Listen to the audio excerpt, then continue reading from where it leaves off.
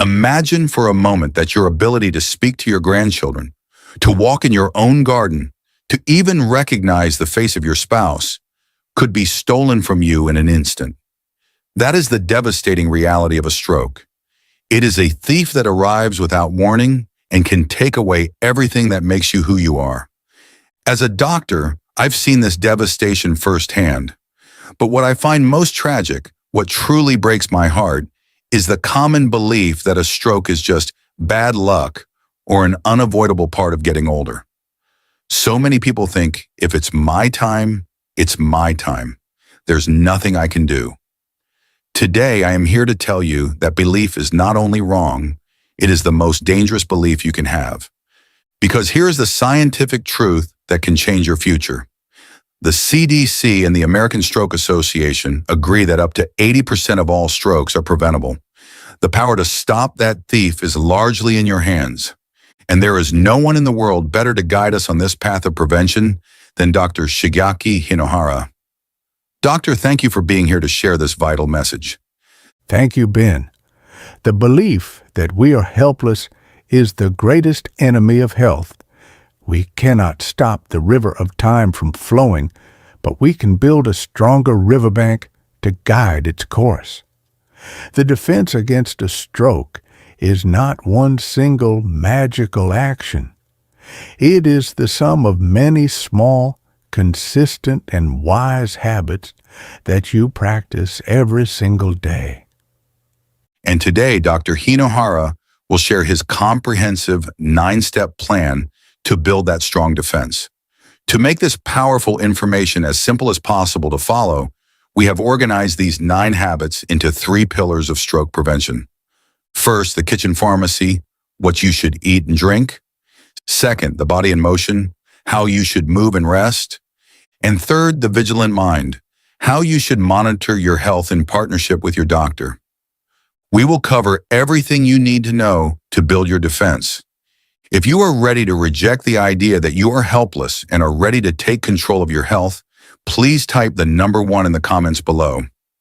And don't forget to hit the subscribe button. It's completely free. And the information you learned today could truly change the entire course of your future. Let us begin our work.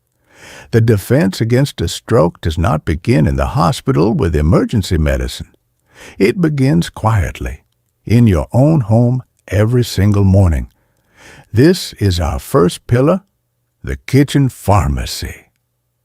Our defense begins with the materials we choose to build and protect our bodies. I love that phrase, the kitchen pharmacy. So let's start with the very first habit in this pillar. What is the most important thing for people to focus on with their first meal of the day? The first meal must be an anti-inflammatory meal.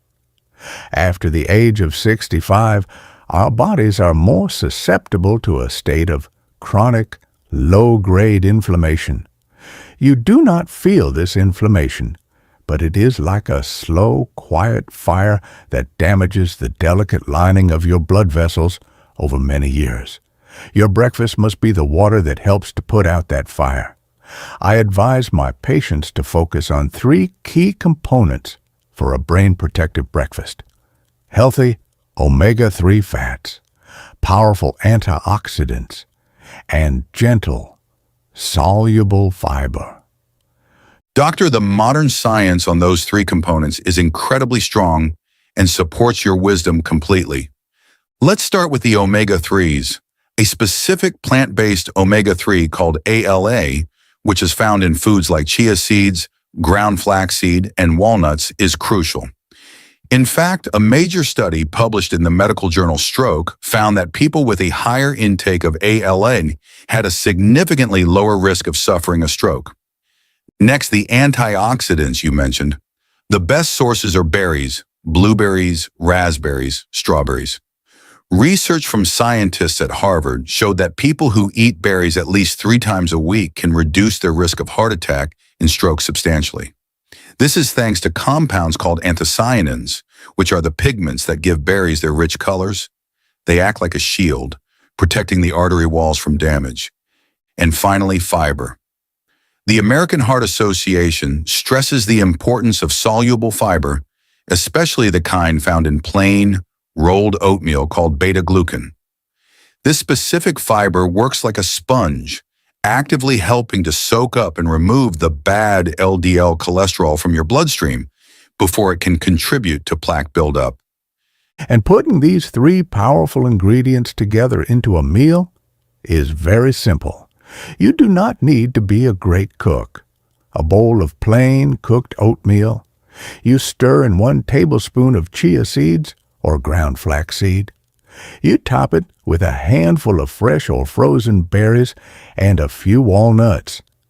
It is a simple, delicious, and powerful meal that takes only minutes to prepare, but it sets your brain up for a day of protection. That is a perfect blueprint for an anti-inflammatory breakfast. So that covers what we should eat. This brings us to our second habit in the kitchen pharmacy: proper hydration and the avoidance of hidden sugar. What is the connection here, doctor? These two things work together as enemies of your brain health. Dehydration makes your blood thick. Sugar makes your blood vessels inflamed. A combination of thick blood trying to flow through inflamed blood vessels is a very dangerous state for the brain. The danger of dehydration is not an exaggeration. A different study, also published in the Stroke Journal, was shocking. It found that over 60% of patients who arrived at the hospital suffering from an ischemic stroke, the most common type, were found to be dehydrated. It is a massive and tragically overlooked risk factor. And the hidden sugar problem is just as serious. People don't realize that a single container of flavored yogurt can have more added sugar than a candy bar.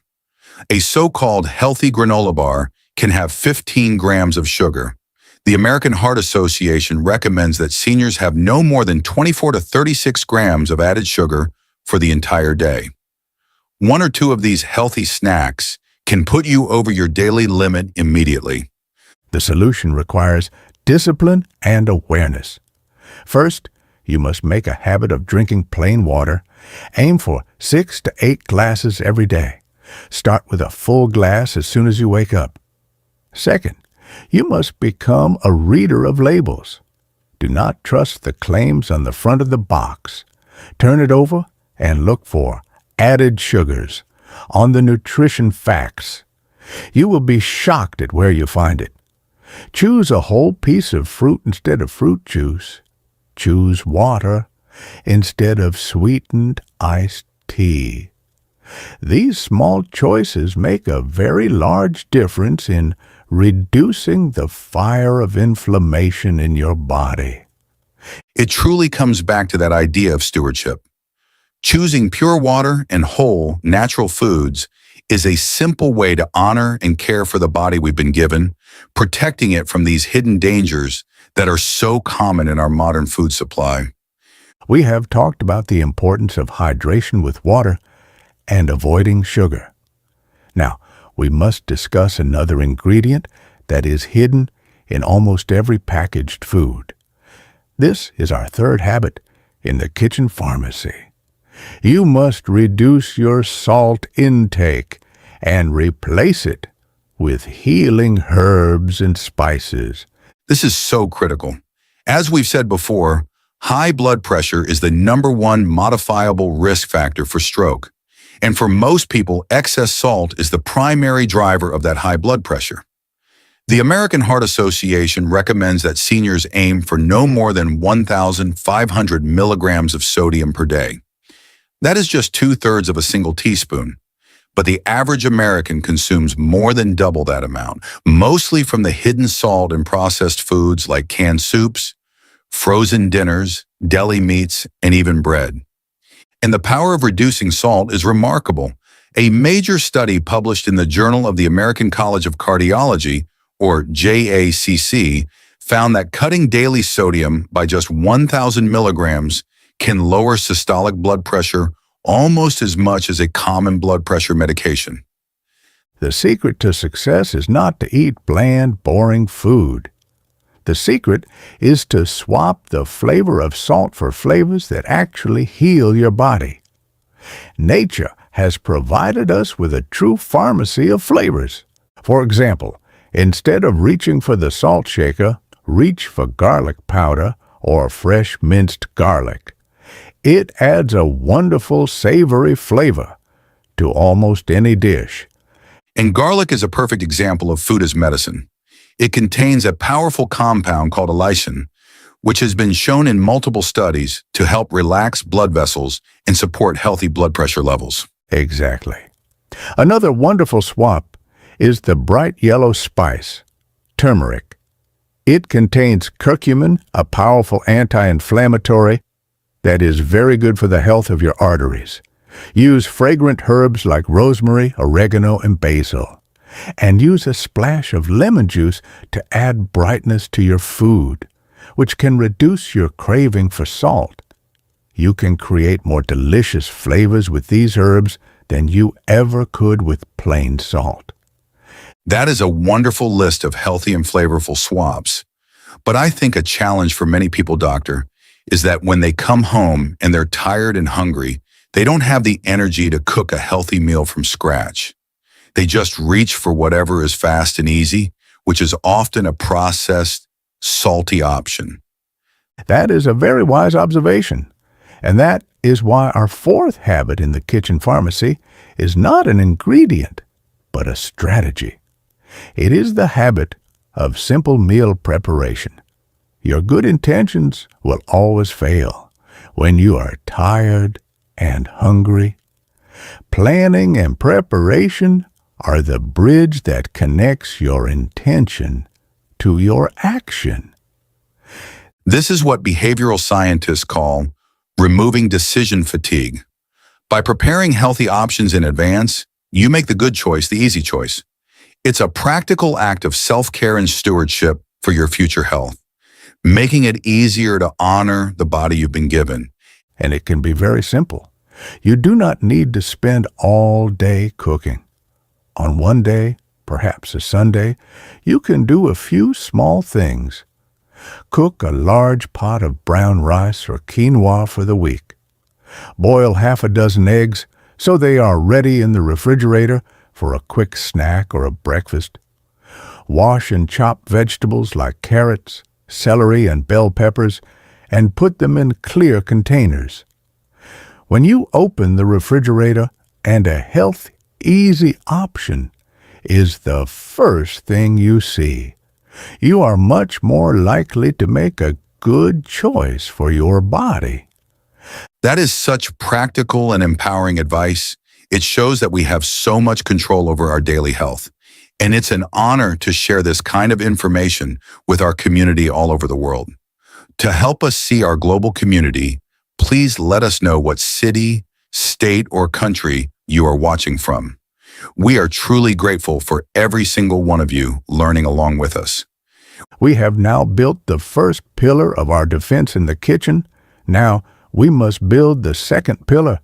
It is not just what we eat, but how we move and how we rest.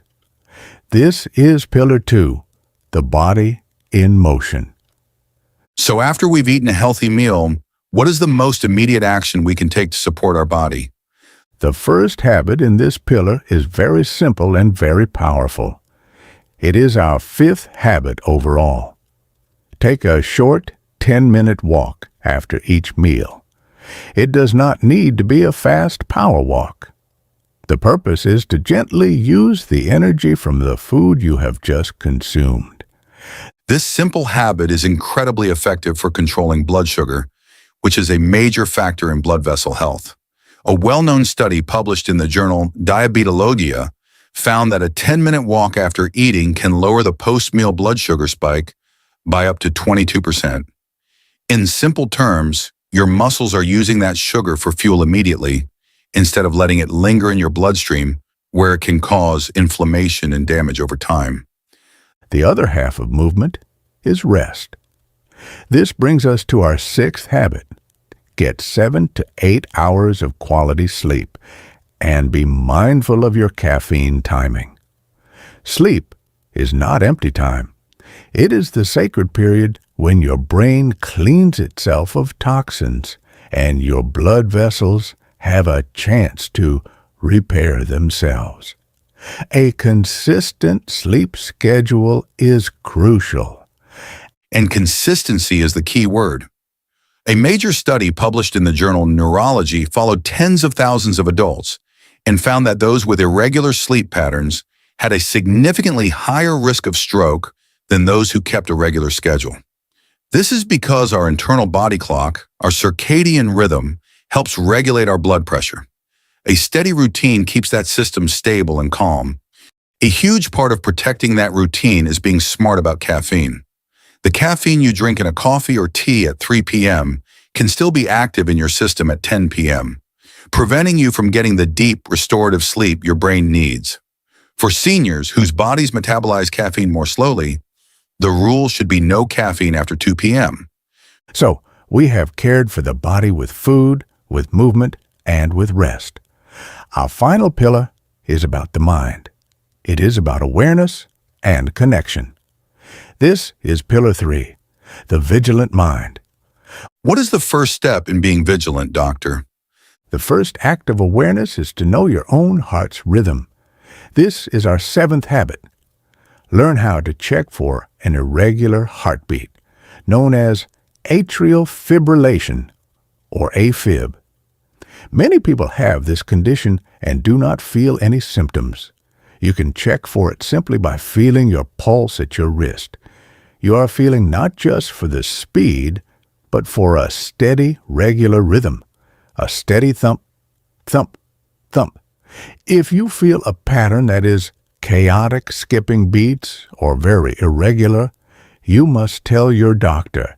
This is so important because the CDC states that having AFib increases your risk of stroke by nearly 5 times. That's because when the heart flutters instead of beating properly, blood can pool in the heart's chambers and form clots, which can then travel directly to the brain. The next habit of the mind is about connection to others. It is our 8th habit. Maintain strong social connections. People might not think of this as a medical habit, but the evidence is undeniable. A powerful study showed that older adults who experience social isolation or loneliness have a 32% higher risk of stroke. This is because loneliness increases chronic stress and the levels of the hormone cortisol, which raises blood pressure and inflammation over time. This is one of the most powerful medicines there is. I had a patient, Arthur, a widower in his late 70s. After his wife passed away, his health declined very quickly. His blood pressure was high, he was not eating well, he rarely left his house. He was lonely. His daughter, worried, convinced him to join a local seniors walking group that met at a park 3 times a week. At first, he did not want to go, but he went. And it was not just the walking that healed him. It was the conversation. It was the laughter. It was the feeling of being part of something again. Within a few months, his mood was better, he was eating again, and his blood pressure had improved dramatically. We are social beings. We are not meant to be alone. That's a beautiful story, and it leads perfectly to our final 9th habit, which is about managing your medical risks in partnership with your doctor.